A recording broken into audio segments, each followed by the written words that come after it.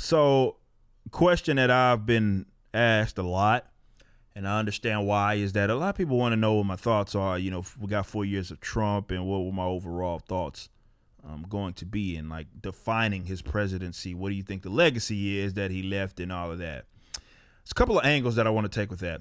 I do apologize if I'm going to be all over the place here. Now, no secret, not a fan, never was a fan, never will be a fan of Donald Trump. He's just antithetical to what it is that I advocate in liberty. But a lot of folks supported him out of the idea of what they thought that he was and what he ended up, or what he rather would be. So it was about him, but it was less about him and more what they thought he stood for. And this is why the latter half of his presidency, or rather this past year in 2020, you could see that it was bigger than him, right? Now, Trump, as far as when it comes to his policies, certainly, yes, that his early on, let's say, deregulation efforts, people would say, well, that's something that you think was a positive thing. Oh, we didn't start any new wars or anything. And some of that is true. The latter point, the wars, I don't think is, he didn't start any new ones, but he also didn't bring necessarily guys home. Kind of shifted them around and stuff. And even ramped up some stuff, depending on what way that you're looking at. But that's not the main point that I want to bring up. Definitely when it comes to his spending was irredeemable. Like, he was virtually worse than even a lot of his predecessors, in which he signed virtually every single swamp bill that crossed his table, right? Every one, for the most part. It wasn't until the end where he called himself not doing that. But deficit, yes, we know that's in combination with the Congress, but it's not like he was doing anything to stop it. He virtually signed off on all of that shit. So that's irredeemable. It's not up for dispute. I think the bump stock thing was a thing that I know is going to come back to haunt you. If I encourage you guys to actually read that order. Not what you think it said. I want you to actually read it, because it was way more dangerous than a bump stock ban. In short, what it allowed, the precedent that it set, was that it can basically an attachment to a gun can basically get the gun reclassified as a machine gun, and therefore, due to the National Firearms Act, can be then banned.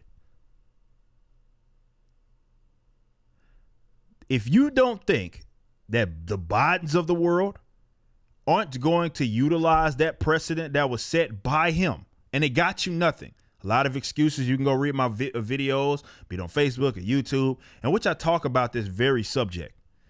And you've seen these apologists who are like, well, he was just trying to get people to shut up, right? The left off his back because he had to do something. It was that shooting, or whatever, was it Nevada or wherever that was that it happened there. And I'm sitting here like, okay, let's see if that makes sense. Has the left stopped advocating for gun control since that executive order? No. They haven't stopped advocating for gun control, banning of AR-15s, or any of that. So what did you get? Nothing. This is why you don't compromise with the left anyway. So that's another thing. But the spending, of course, and everything else was much of the same. He just simply was not the guy that you thought that he was. And that's the reality and it's a hard pill to swallow. Now, some Trump supporters, or former Trump supporters, again, it's bigger than him.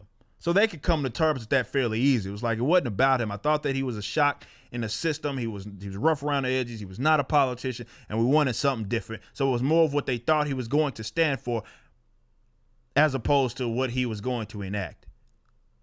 And if that's your position, I get it. But you can't ignore what it was when it comes to his actual presidency. He simply was not that fucking guy. Say what you will. He simply just wasn't that.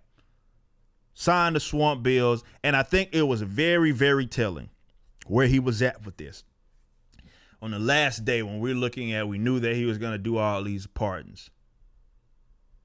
And this fool was pardoning rappers and fucking corrupt Democratic politicians. That was part of his pardons and his commutations.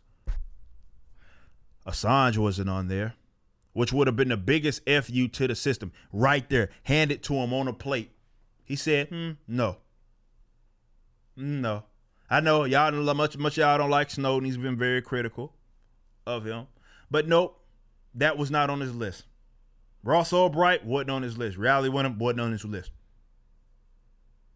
But Wayne and Lil Kodak was. And fucking corrupt Detroit mayors and shit. That should have told you right there where this guy was at. He simply was not the guy that you thought that he was. And I think that there's a way to kind of turn that energy that a lot of you guys are seeing. I think this is why my channel has grown so much, because a lot of people are seeing, okay, there is something fundamentally wrong with this system. It's something fundamentally wrong with it. So this is why I think decentralization should be the push. Now, a lot of people aren't going to push for that. Certainly a lot of these politicians are really on both sides of the aisle, because what that does is that strips them away from power. And they love that power. This is why they're always fighting for the ring of power instead of trying to, which is what analogy that I've used. I want to toss the ring into the fire. I want to get rid of it. Right? I think the way that we're heading, these authoritarians continue to grow. They continue to get more powerful. They continue to want to use the power that they have to punish their adversaries, to punish their the people that threaten their sort of power. It's funny that for years, because of the indoctrination camps, you talk about civil war and all of these things. And that's what people conflate secession with. So anytime you bring up the idea of the federal government being dissolved, or let's say states becoming nations and actually breaking away from each other, maybe they keep a mutual defense pact, but aside from that, they govern themselves, which was, you can argue that was how it was supposed to be, but hey, whatever. You got the government that you got, and the Constitution either authorized it or it was helpless in preventing it. Nonetheless, I know what the indoctrination camps have shown or said, but I honestly believe it's the opposite. The direction that we're heading down is going to ensure conflict and going to ensure bloodshed. I think the most peaceful route is a divorce. And I would not stop saying that. And there's a lot of Trump supporters, former Trump supporters, that are a lot more open to this idea because, hell, if anything, they thought that their Trump was going to be the guy that could shake things up, and he couldn't do it. He didn't do it. Got much of the same. Because there's something fundamentally wrong with it. You got to pull the rug from under them, period. It cannot be resolved. It cannot be repaired. There's something that's fundamentally structured in its structure. That's a problem. And until that gets removed, you're going to see much of the same crap. But there's not been like a big push for it. Things only sound unrealistic. I'll end on this note. It only sounds unrealistic until it's not. Much like Brexit. Oh, that never happened. Are you crazy? Took a little bit, but it ended up happening. It's only unrealistic until it's not unrealistic. And the power authoritarians, they don't want that. They're gonna send academia to fearmonger. They'll ramp up that fearmonger. Or we can't do that. Or China, blah blah blah, power vacuum. They use all of these terms that don't even make sense. As smaller countries exist, they enter in defense agreement with other country, and it's all gravy. But for some reason, Texas can't exist as its own nation. Denmark can, though.